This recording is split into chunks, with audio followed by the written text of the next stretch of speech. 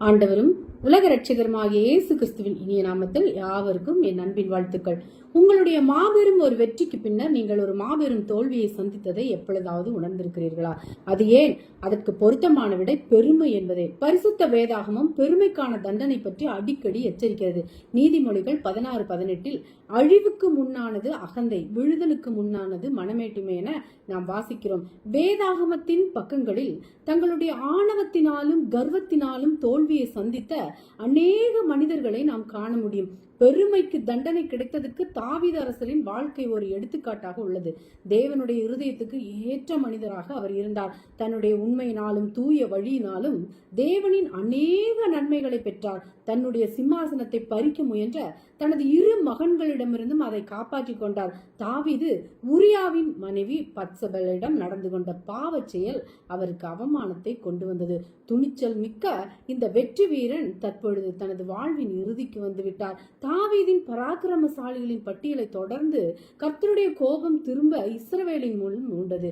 இஸ்ரவேல் யூதா என்பவர்களை லக்கம் பார் என்று அவர்களுக்கு விரோதமாய் சொல்லுகிறதுக்கு தாவீது ஏவப்பட்டான். 2 சாமுவேல் 24:1 என்று காணப்படுகிறது. இம்முறை தேவனுடைய ஜனங்கள் மீது அவருடைய கோபம் எழும்பினது.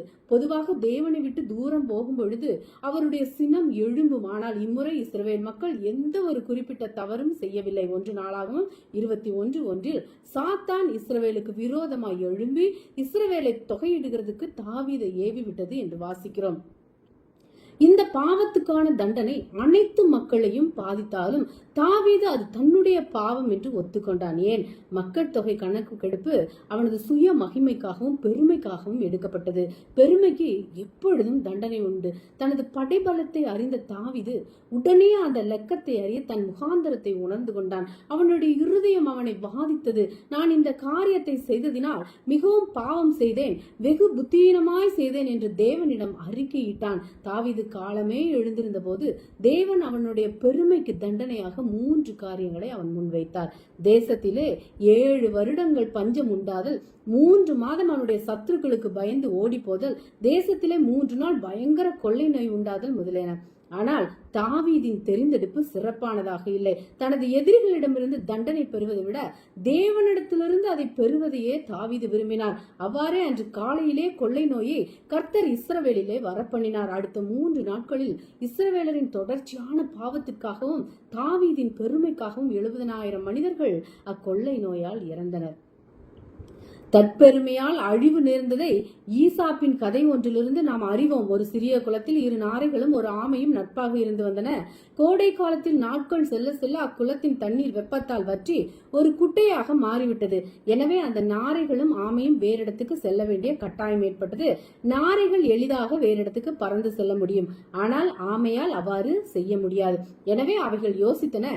இறுதியில் அந்த ஆமை ஒரு ஆலோசனை கூறியது. ஒரு பெரிய குச்சியின் நடுவில் ஆமை கவ்விக்கொள்ள நாரை அந்த குச்சியுடன் பறந்தால் தானும் அவர்களுடன் வந்துவிடலாம் என்பதாக சொன்னது. ஆமை குச்சியை இறுக்கமாக பற்றிக்கொள்ள நாரைகள் அருகில் உள்ள மற்றொரு குளத்துக்கு பறந்து சென்றன. இந்த வினோத காட்சியை கண்டு வியந்த ஒரு விவசாயி, என்ன அருமையான திட்டம், யார் இந்த சிறந்த ஆலோசனை தந்தது என்று கூவினார். அதை கேட்டதும் பெருமை தலைக்கேற ஆமை நான் தான் என்று சொல்ல வாயை திறந்ததும் அது குச்சியை கவ்வியிருந்த பிடி நழுவி தரையில் விழுந்து இறந்தது. அதன் அழிவுக்கு அதன் பெருமையே காரணமாயிற்று. நமது பெருமையை பற்றி நாமும் எச்சரிக்கையா இருப்போமாக. அந்த ஆமை சந்தித்த துன்பமான முடிவு நமக்கும் வேண்டாம். தாவீதின் வாழ்க்கையில் பெருமையினால் மற்றவர்களும் பாதிக்கப்பட்டது மிகவும் வருந்தத்தக்கதே. அழிவுக்கு முன்னானது அகந்தை, விழுதலுக்கு முன்னானது மனமேட்டிமை. நீதிமொழிகள் 16:18 என்பதை நாம் நினைவில் கொள்வோம். தாழ்மையுடன் வாழ்வோம். தேவன் தாமே இந்த வார்த்தைகளின் மூலம் உங்களை ஆசீர்வதிப்பாராக. நீங்கள் ஆசீர்வதிக்கப்பட்டவர்கள். ஆமேன். அல்லேலூயா. Price God.